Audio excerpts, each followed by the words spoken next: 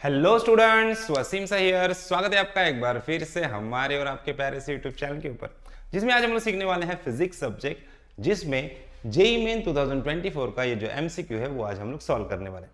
Basically जो MCQ हमारा work energy power इस लेसन से है।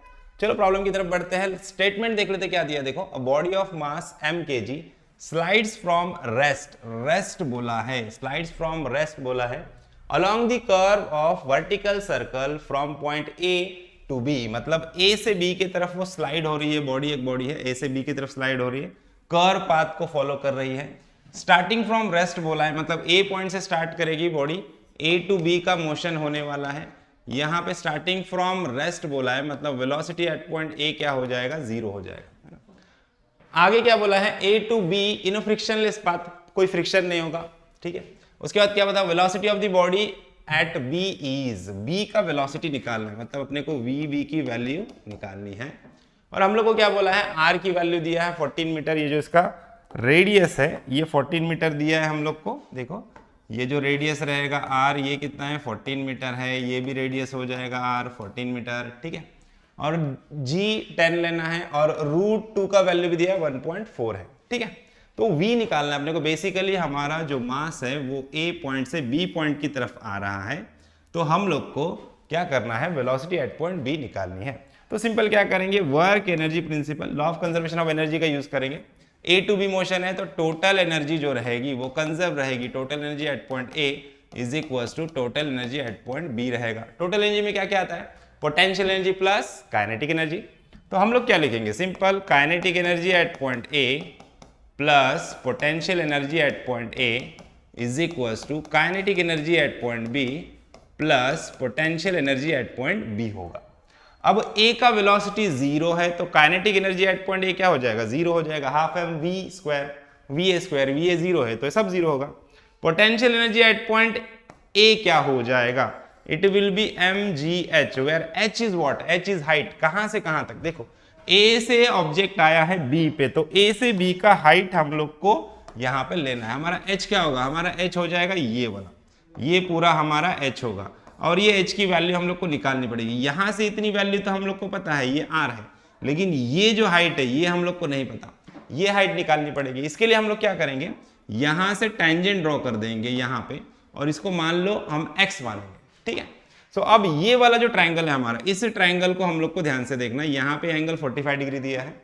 अब यहाँ पे देखो ये अपोजिट साइड है और ये हाइपोटेनस है। हाइपोटेनस क्या है, हमारा रेडियस है। तो अपोजिट साइड x हम लोग को निकालनी है। तो हम लोग क्या करेंगे, अपोजिट बाय हाइपोटेनस क्या होता है, साइन थीटा। तो इसी का हम लोग यूज करने वाले हैं। साइन 45 इज इक्वल टू क्या हो जाएगा, sine 45 is equal to opposite by hypotenuse means x by r। तो x अपॉन r, ये हम लोग यहाँ पे लिख देंगे।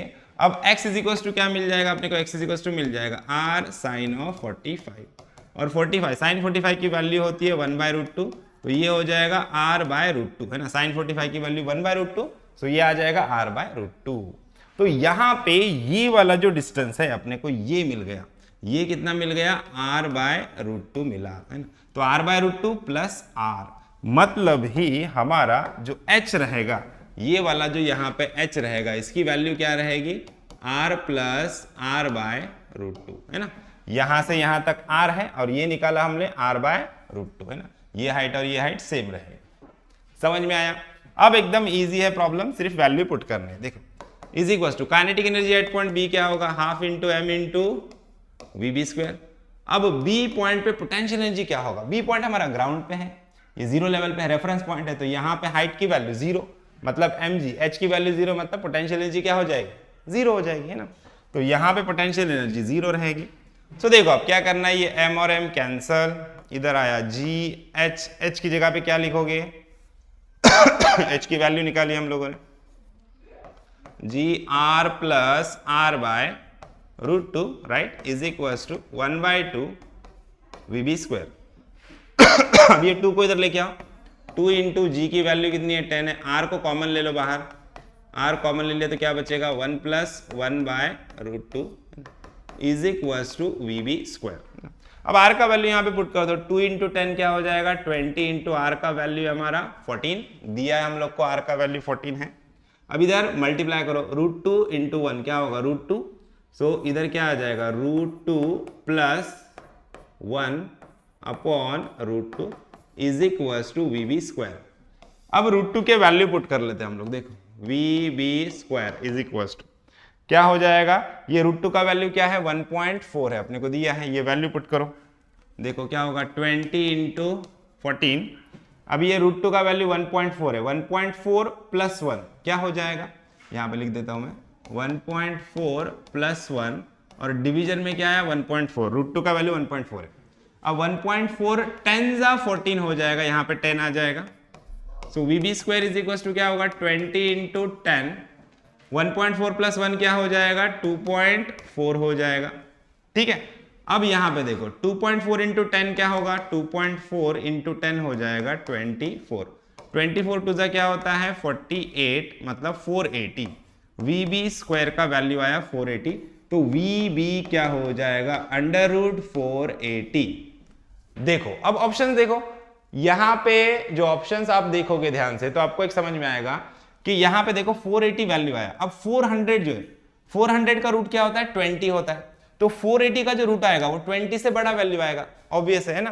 तो यहां पे ऑप्शन आप देखोगे तो ऑप्शन में 20 से बड़ा वाला वैल्यू एक ही है, ऑप्शन ए है 21.9 है ना।